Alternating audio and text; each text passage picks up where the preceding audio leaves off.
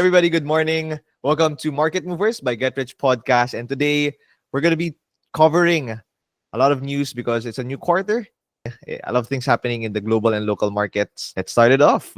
So we have inflation, we have China trade deal, and we have earnings in the Philippines. And of course, we have Pagcor as one of the headlines that we were seeing in a few months ago. And Edmund, what can you say about the news that's happening all around the world and the Philippines?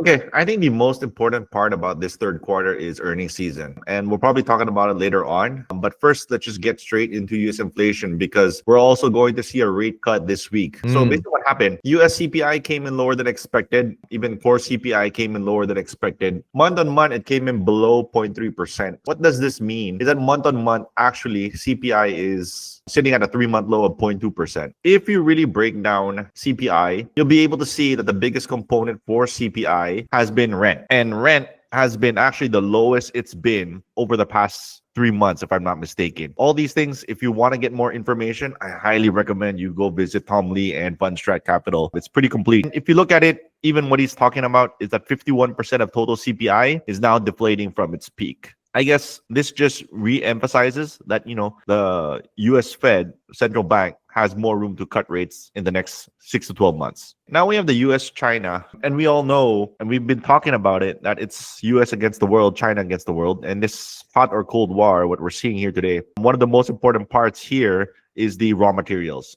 I think that's the reason why we've talked about it. You look at the last 3 months, maybe, you've seen acquisitions happen in Trilogy, Lithium America, MP Materials. One of the key materials here has been rare earth. This has been the biggest leverage of China. That's the reason why there's not so much things US can do about it, because 90% of all refined rare earth is done in China, and 70% of all rare earth reserves are found also controlled by the Chinese. What was being said is that in response, we've had a 100% tariff happen last week. That was postponed. It looks like both countries also don't have a choice. So it looks like it's just playing a stall game behind China. And until US can resolve their problems, I think we've seen an $8 billion deal happen last week with Australia. Until that is fixed, you'll probably see China still be in control with regards to how the trade deals are going to be done going forward. Okay, now to the meat, Pael. Are we going to see a beat in third quarter earnings? So far, 80% of S&P that has reported have outperformed by approximately 8%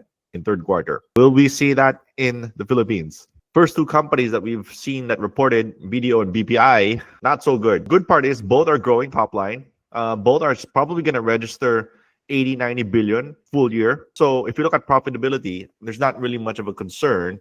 I think what we're seeing here in the third quarter is increasing competition. What do I mean is that if you look at net interest income, you're starting to notice that both actually are continuing to grow. So it could be they're just getting market share or increasing business happen from its clients, but it's coming at lower margins. And I think that is the bigger concern as to why the market has reacted the way it does. With that being said, don't get me wrong. I think the banks are probably the safest bet so far in the Philippines. And that's the reason why in the last 4 years, they've been the biggest outperformer as opposed to the sector, right? If you look at the PSEI has barely gone anywhere. But to be fair to the banks, they have really done really well over the past 4 years. What you're seeing today is just a common pullback, in my opinion.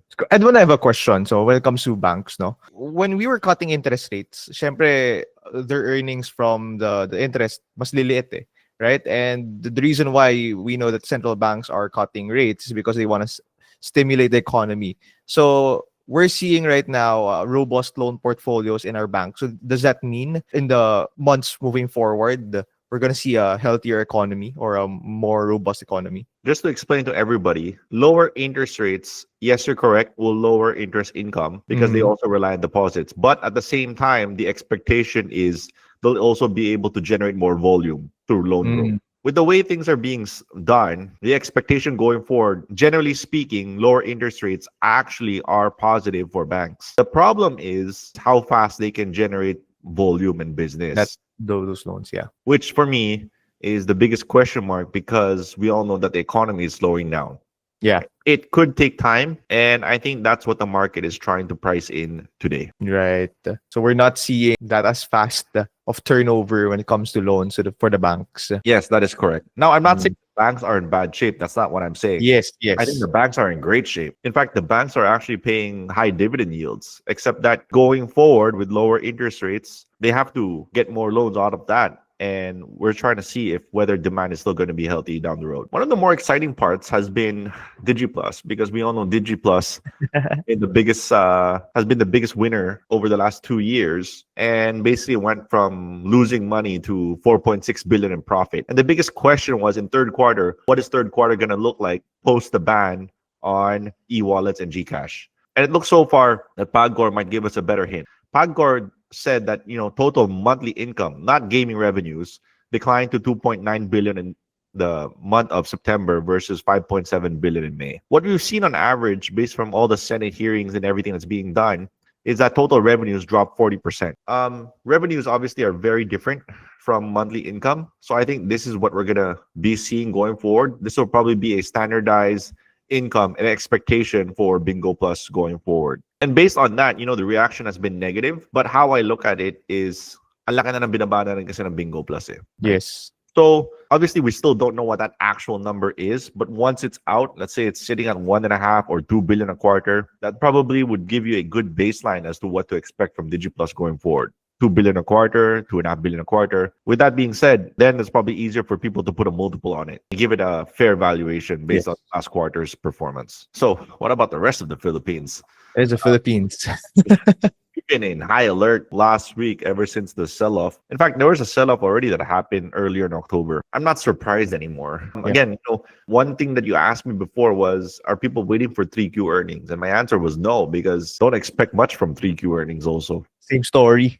It's the same story. So things are really nothing coming as a surprise on my end. Again, that's the reason why we talked about buying yield and getting paid to wait, because this is what you should expect going forward. Now, we've seen a drop in REITs lately, despite yields and 10-year treasury come down a bit. It might pose a buying opportunity, in my opinion. But again, for all investors and traders alike, don't expect too much activity in the Philippines going forward. Don't be bearish either, because in my opinion, if there's a scare, in fact, you should be eyes wide open. Right? But when people ask me if today is rational or irrational selling, my answer today is rational. If you don't have anything coming as a surprise, expect the norm. I totally agree. Kasi when you take a look at it, diba, parang what's the good news in the Philippines? What's a new catalyst for growth? We're already seeing the rate cuts, but it's still like this, diba? And you would see, I think I read na yung GDP growth forecast natin from 6.2, it's going to 5.2, right?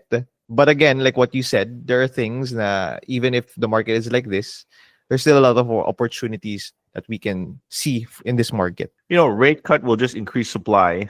I'm not saying it's a bad thing. Last time we talked about it. The more important question, in my opinion, is on the growth end. And unless we find ways to have transparency or better outlook as to what growth is look like, this is going to be the more difficult opinion for searching where the PSEI is going to head next. And last thing for everybody to note, if there's a panic, it's going to happen on the peso. This is what I think everybody should be watching. So if you're having a panic, you might see outflow. Well, actually, we're continuing to see outflow happen today. And I'm surprised that there's still foreign positions in the market, but you're still continuing to see outflow in the market. And if there's going to be any exaggeration or irrational selling, you'll probably see it first on the dollar and the peso. And when that happens, in my opinion, that would probably be the best signal for you to be buying even more. So I think the question here, Edmund, is, are we going to see a breakout in the dollar? Do you see like enough catalysts for that to happen? No one knows what the answer is to that. I think for us, we're just reacting to what the market is saying right now. And right now, it's telling us it wants to go higher. As to how much higher, I really don't know. So yeah, it's something that we should look out for, the US dollar. I think for me, when I was looking at the charts and then seeing this, parang, okay, sige, wait and see na lang tayo sa Philippines. It's easy to compare what's happening today versus what's happening outside. But don't get me wrong, every dog has its day. Unfortunately, it's not our day. Yeah, I think that's all for this week's market movers. Expect ba natin mga other companies for Q3 earnings, or bahala na. No? But we'll keep you guys updated with the rest of the updated. Yeah. So again, that is for our this week's market mover. So just in case you have any questions, guys, that we mentioned, feel free to comment down below, and we'll see you on the next episode. Okay. Bye, everyone. Bye.